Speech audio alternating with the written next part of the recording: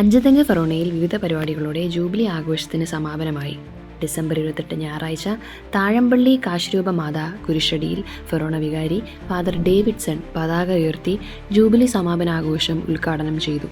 തുടർന്ന് 200-ൽ പരം വിശുദ്ധരുടെ തിരുശേഷിപ്പുകളും ദിവ്യകാരുണ്യ അത്ഭുതങ്ങളും വിവരണങ്ങളും ചിത്രങ്ങളും യേശു പ്രവർത്തിച്ച അത്ഭുതങ്ങളുടെ ചിത്രീകരണങ്ങളും വിവിധ ഭാഷകളിലുള്ള ബൈബിളുകളും പ്രദർശിപ്പിച്ച എക്സിബിഷൻ നടന്നു.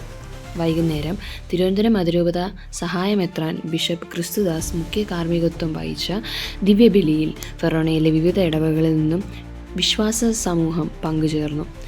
സമുദായത്തിൽ നിന്നും ജനപ്രതിനിധികളായി തിരഞ്ഞെടുക്കപ്പെട്ട പഞ്ചായത്ത് മെമ്പർമാരെ ബിഷപ്പ് ആദരിച്ചു.